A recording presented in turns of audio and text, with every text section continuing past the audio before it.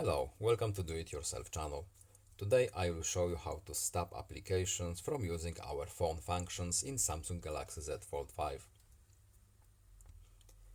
To stop application from having access to our phone functions, we have to go to the settings and privacy and security and privacy option here. And under privacy menu here we have permission manager. In here we have a lot of permissions that we can change. In our example, we are trying to stop application from using our phone. So, as you can see, 8 out of 18 apps are now allowed to use our phone functions.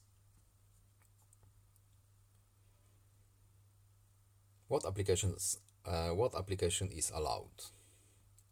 Here you can see there are applications that can use our phone but are not allowed.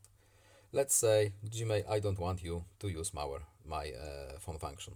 Do not allow, back out, and Gmail disappeared from allowed list. That's all. I hope this video was helpful to you. Please leave a like and subscribe. Have a nice day and see you in the next video. Goodbye.